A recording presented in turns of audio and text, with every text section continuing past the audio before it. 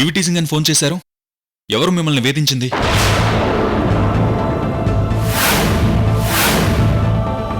నీకంత కష్టంగా ఉన్నప్పుడు నీ మనసులో ఉన్న బాధేదో నువ్వే నీ భార్యకి చెప్పుకో. నువ్వే దాన్ని సమర్థించుకో. చేస్తాను గాని చేస్తే రియాక్ట్ అవ్వను. మా ఆయన లేని జీవితం నాకొద్దు. ఆ పరిస్థితి నాకు రాదు. ఒకవేళ వస్తే ఆ విడాకుల మాట విన్న వెంటనే నా ప్రాణం పోతుంది. అంతే. ఇంకెప్పుడు ఇలా నాకు ఫోన్ చేయొద్దు. పెట్టే.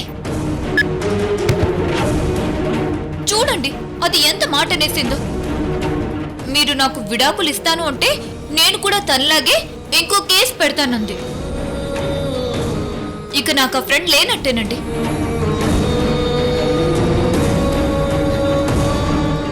అవును, ఇందాకేదో ఇంపార్టెంట్ విషయం మాట్లాడతానన్నారు. ఏంటది?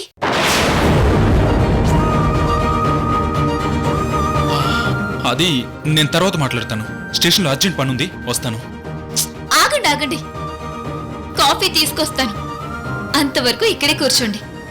కూర్చోండి. రండి. అవంతి, చిటికలో కాఫీ తీసుకొస్తాను.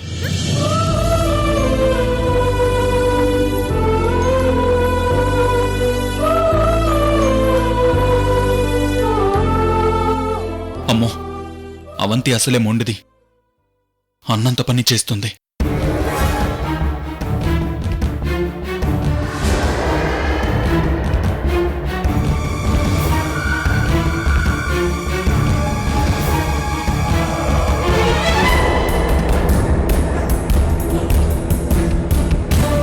సీత అలా సీరియస్ గా వెళ్ళిపోతున్నాడేంటి? అంటే చెప్పేసి ఉంటాడంటావా? చెప్పుండడు సుమిత్ర.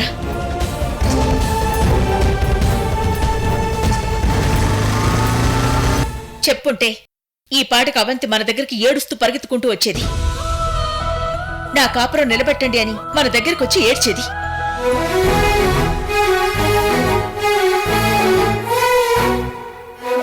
ఏంటి ఇన్న లేరు?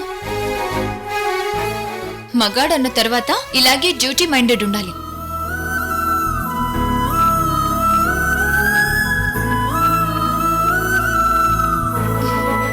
అమ్మా, మీ చిన్ననుడికి భార్య కంటే పోలీస్ డ్యూటీ ఎక్కువైపోయింది. కాఫీ తెస్తాను ఉండండి అని కాఫీ తెచ్చేలోపు లేట్ అయిపోయిందని వెళ్ళిపోయారు. ఆంటీ, మీరేనా చెప్పండి, ఇంటికొచ్చిన భర్తకి భార్య కాఫీ ఇవ్వాలనుకోవడం తప్పా? తప్పేం లేదమ్మా, అది నీ డ్యూటీ కూడా కదా. ఈసారి ఆయనకి మీరే చెప్పండి. అల్లుడికి చెప్పే ధైర్యం అమ్మకి లేదు. అలాగే నేను చెప్తాను. తీసుకోండి.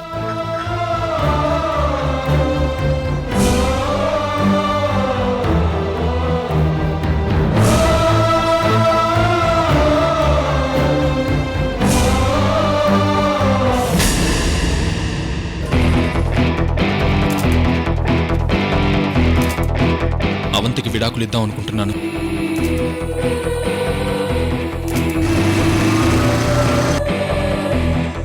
అసలు వాడేం చేస్తున్నాడు వాడికైనా అర్థమై చేస్తుందంటావా? నాకెలా తెలుస్తుందండి? పోనీ నీకేమైనా అర్థమై ఏడ్చిందా? మీకే ఏం తెలియనప్పుడు నాకు మాత్రం ఏం తెలుస్తుందండి? మహామేధావిని గాని నా నెత్తిపైన కూర్చోబెట్టావే. తెలివితేటలు పెరగాలని ప్రతిరోజు జీడిపప్పు, బాదం, పిస్తా అన్ని కలిపి పెట్టేవారుగా మీ ముద్దుల కొడుక్కి. పెద్దయ్యాక ఇలా ప్రతిరోజు నాకు పిండం పెడతాడని నేను మాత్రం కలగన్నానా? ఏవండి, నట్టింట్లో అశుభం పలక్కండి. నీ కొడుకు చేసే శుభకార్యాలకు మరి ఏం చేయమంటావు? వాడు చెప్పే మాటలకు చేసే పనులకు ఏమైనా పొంతనుందా?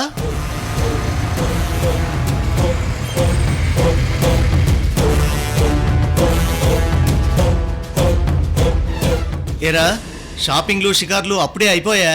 షాపింగ్లు షికార్లు ఏంటి నాన్న? పాపం, అప్పుడే వచ్చేసావేమిరా? సిటీ అంతా తిప్పి చూపించాల్సింది. మీరేం మాట్లాడుతున్నారో నాకు అర్థం కావట్లేదు. వెటకారాలు ఆపి మ్యాటర్ ఏంటో క్లారిటీగా చెప్తే సమాధానం ఇస్తాను. ఇందాక మీ అమ్మ నేను రోడ్డు మీద వెళ్తుంటే తమరి నిర్వాహకం చూశాం. బైక్ మీద పెళ్ళాన్ని ఎక్కించుకుని రయ్యమని పోతున్నావుగా? నీ పెళ్ళం బల్లిలా ఖర్చుకుని మరీ కబుర్లు చెప్తోందిగా. ఆ టైంలో మీరు అక్కడే ఉన్నారా? బై బ్యాడ్ లక్ రా, అక్కడే ఉన్నాం. దేవుని దయ వల్ల మా కళ్ళు పోలేదు కాబట్టే నీ అరాచకం చూశాం. అక్కడ మీరు అనుకున్నంత సీన్ ఏమీ లేదు నాన్న. రోడ్డు మీద కనబడితే ఇంటి దగ్గర వదిలేసి వచ్చాను. నువ్వు అలాగే చెప్తున్నావు, మేము నిన్ను గుడ్డిగా అలాగే నమ్ముతున్నాం. ఏది నిజమో ఏది అబద్ధమో మాకు అర్థం కావటం లేదురా. మా ఆవిడతో కలిసి ఉండలేను, మీరే వచ్చి ఏదో ఒకటి చెయ్యండి అని మా దగ్గర గోల పెట్టావు. పాపం కన్న కొడుకు బాధల్లో ఉంటే మేమాత్రం ఊళ్ళో సుఖంగా ఎలా ఉంటామని నీకోసం సిటీకి వచ్చి ఇలా అద్దె కొంపలో ఉంటున్నాం. పెళ్ళాంతో విడిపోయాను అన్నవాడివి మధ్య మధ్యలో మళ్ళీలా కలవడమేంట్రా? మనస్ఫూర్తిగా ఇష్టపడుతున్నావా కలిసుండు, తప్పులేదు. లేదా తీసుకున్న నిర్ణయానికి కట్టుబడి ఉండు. అంతేగాని నువ్వు కన్ఫ్యూజ్ చేయి మమ్మల్ని కన్ఫ్యూజ్ చేయ. నా మనసులో కన్ఫ్యూజన్ ఏమీ లేదు నాన్న. అయితే లాయర్తో మాట్లాడి విడాకుల నోటీస్ పంపించమంటావా? పంపించండి నాన్న, ఆలస్యం చేయకండి. అది అలా మాట మీద నిలబడు, మిగిలిన పని నేను చూసుకుంటాను.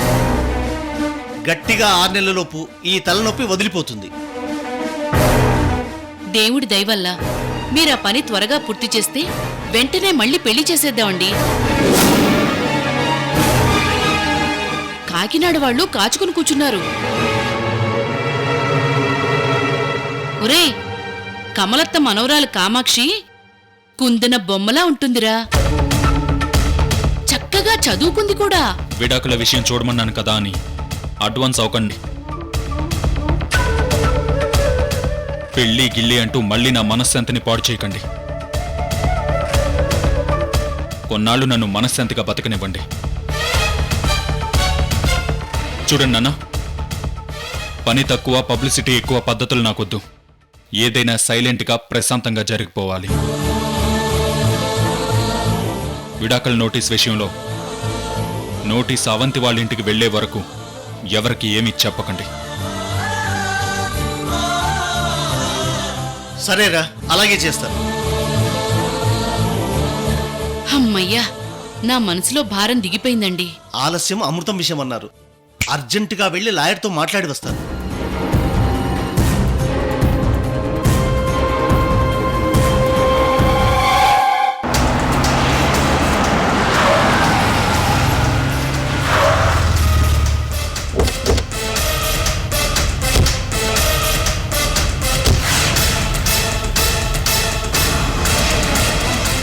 ఈ చీరలో నువ్వీరో చాలా అందంగా ఉన్నా సింధు. చాలా థ్యాంక్స్ అండి. ఒక రకంగా చూస్తే మన్మోదరి చెల్లి రతీదేవిని మరిపిస్తున్నావు.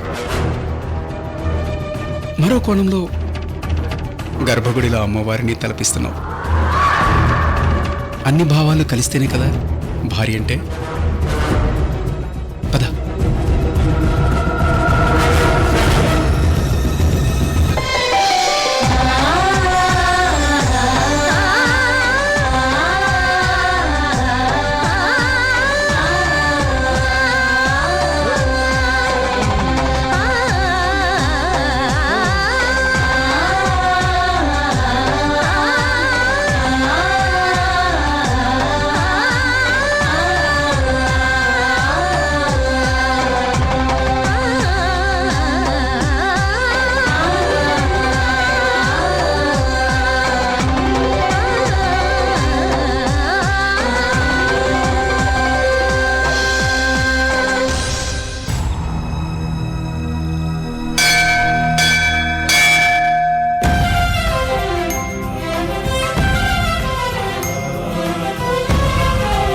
అయ్యా, అర్చన చేయించమంటారా?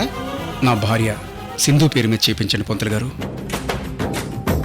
తన జీవితాంతం ఆనందంగా ప్రశాంతంగా ఆరోగ్యంగా ఉండేలా ఆ దేవుణ్ణి ప్రార్థించండి. అదేంటండి, నా ఒక్కదాని పేరు మీద అర్చన చేయించడం ఏంటి? ఎప్పుడైతే నా మెళ్ళో తాళి కట్టారో అప్పుడే నేను మీలో సగమయ్యాను. నేను మీరు వేరు కాదు. ఇద్దరి పేర్ల మీద చేయించండి. దయచేసి నా మాట విని సింధు. నా పేరు కూడా కలిపితే నా దరిద్రం నీకు కూడా చుట్టుకుంటుంది. నా గుండె ఎప్పుడు ఆగిపోతుందో నాకే తెలీదు.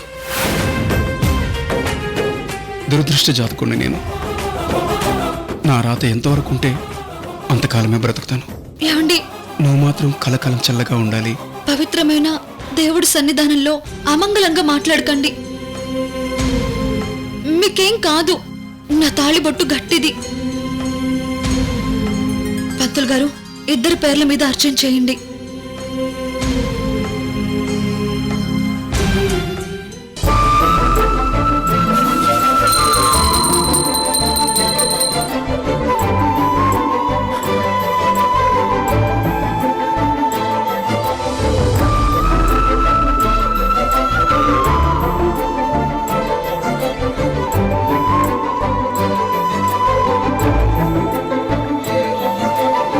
పద.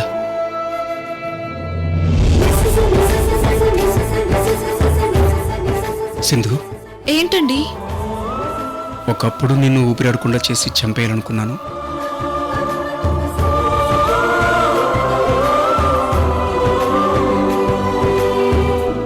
కానీ ఈరోజు నీ ప్రేమతో నాకు ఊపిరి పోస్తున్నావు. మీకెన్నిసార్లు చెప్పానండి గతాన్ని గుర్తు చేసుకోవద్దని.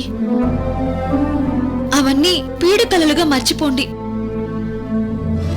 మనం కొత్తగా జీవితాన్ని మొదలు పెట్టాం. ప్రేమ అభిమానం పంచుకుంటూ ఆనందంగా బతుకుదామండి. నువ్వు నా మీద ఇంత ప్రేమ చూపిస్తుంటే నీకోసమైనా బ్రతకాలనిపిస్తుంది సింధు.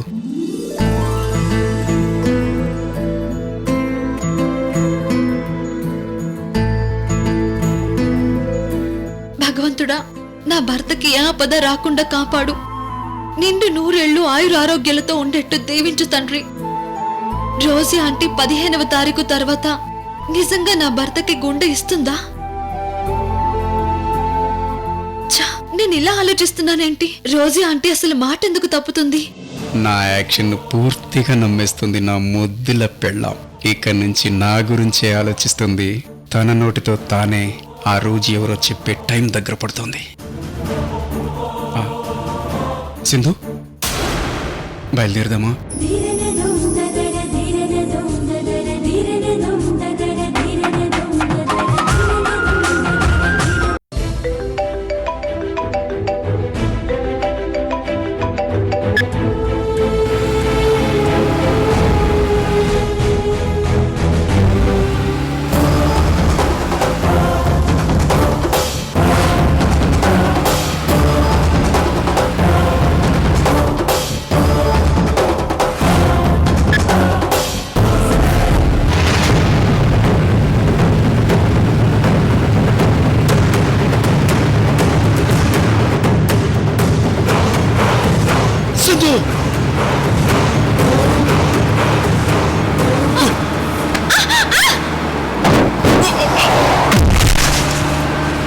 అయ్యో ఏమండి?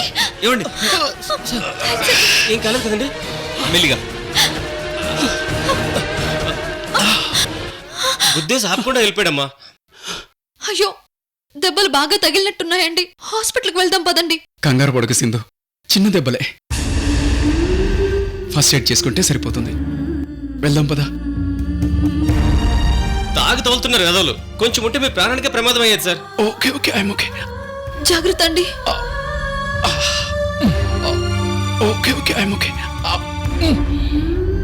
ఓకే ఓకే, గుడ్, పర్లేదు. జాగ్రత్త అండి. శుభమహని గుడికి వస్తే ఇలా జరిగిందేంటండి? అమ్మవారి దయ వల్ల నీ జాతకం వల్ల బయటపడ్డానేమో, లేకపోతే ఇంకా పెద్ద ఆపద వచ్చేదేమో. అయినా నువ్వు నా పక్కనుండగా నా ప్రాణాన్న యముడు కూడా తాగలేడు సింధు. పదా. జాగ్రత్త అండి. Okay okay, I'm okay. Okay okay, వెళ్దాం పదా.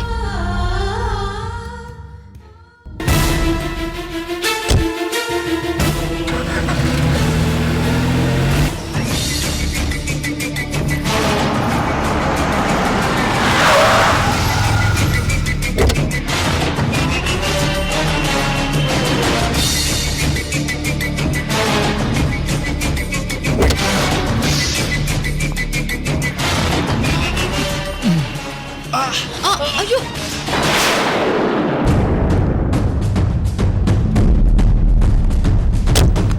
ఏమండి?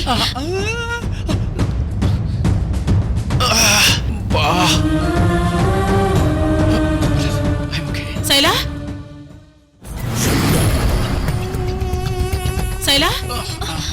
శైల ఏమైందిరా? ఏం జరిగిందమ్మా? ఏం కాలేదమ్మా. దెబ్బలేట్రా? ఏమైందిరా? ఏమైందమ్మా? అమ్మవారి దయ వల్ల పెద్ద ప్రమాదం తప్పింది అత్తయ్య. ప్రమాదమా? గుళ్ళో పూజ ముగించుకుని కార్ దగ్గరకు వస్తున్నాం.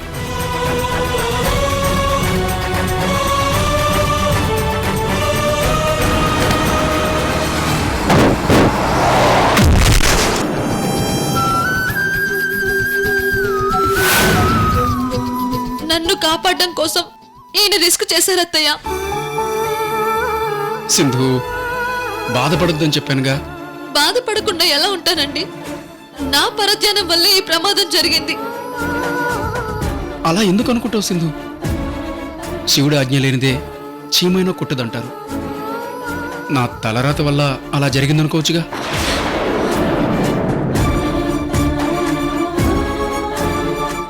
అవునమ్మా, మనం ఎంత జాగ్రత్తగా ఉన్నా ఒక్కోసారి అవతల వాళ్ళ నిర్లక్ష్యం వల్ల ప్రమాదాలు జరుగుతూ ఉంటాయి. మన టైం బాగోక జరుగుతూ ఉంటాయి సింధు. అది కాదమ్మా, నేను తన పట్ల దారుణంగా బిహేవ్ చేశాను. కొత్త పెళ్లి కూతురిని కూడా చూడకుండా హింసించాను.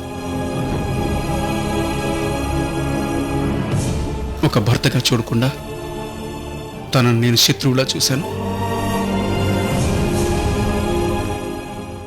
నేను చేసిన ఈ దారుణానికి ఈరోజు ఆ భగవంతుడు నాకు ఈ శిక్ష విధించాడమ్మా. నాకు ఈ శాస్తి జరిగి తీరాల్సిందే. అబ్బబ్బా, యాక్టింగ్ ఎరగదీస్తున్నావు కదరా. తల్లినై ఉండి కూడా నీలో ఇంత ప్రతిభ ఉందని ఇంతకాలం కనిపెట్టలేకపోయాన్రా. అంత మాట అనకండి. ఇంతకు ముందు జరిగినవేవో జరిగిపోయాయి. అవన్నీ మనసులోంచి తీసేయండి. మీరు ప్రశాంతంగా ఉంటేనే మీ ఆరోగ్యం బాగుంటుంది. మళ్ళీ మామూలు మనిషి అవుతారు.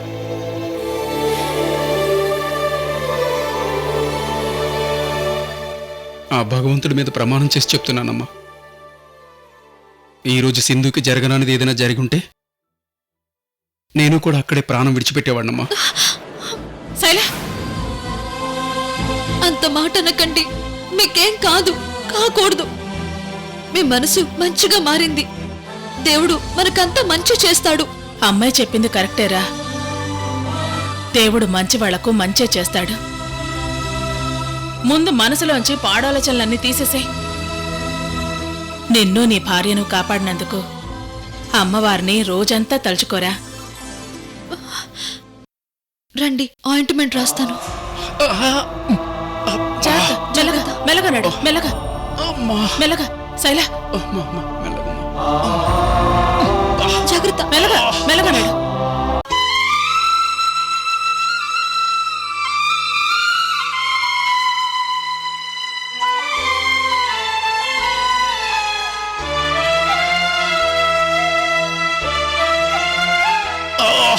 అమ్మా,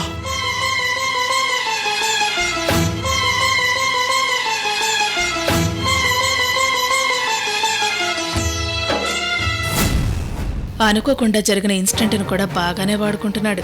ఇది కూడా దారికొచ్చేస్తున్నట్టే ఉంది. రేపో మాపో రోజు ఎవరో అనే రహస్యాన్ని కనిపెట్టేస్తాను.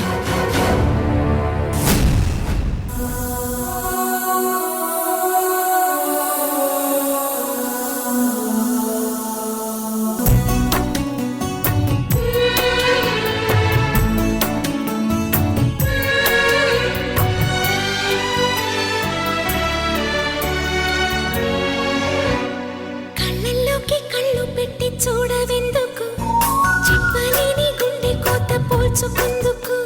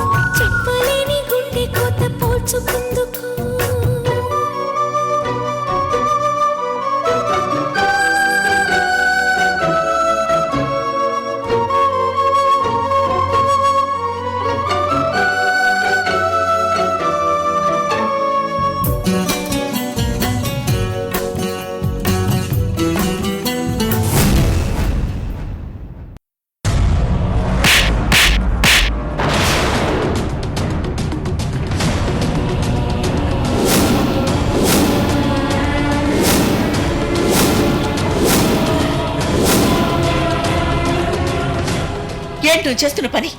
ఈ గొడవేంటి, జనం ఏంటి? ఆయనతో మాట్లాడదామని వచ్చాను. మా మావయ్య గారు అవమానిస్తూ మాట్లాడారు.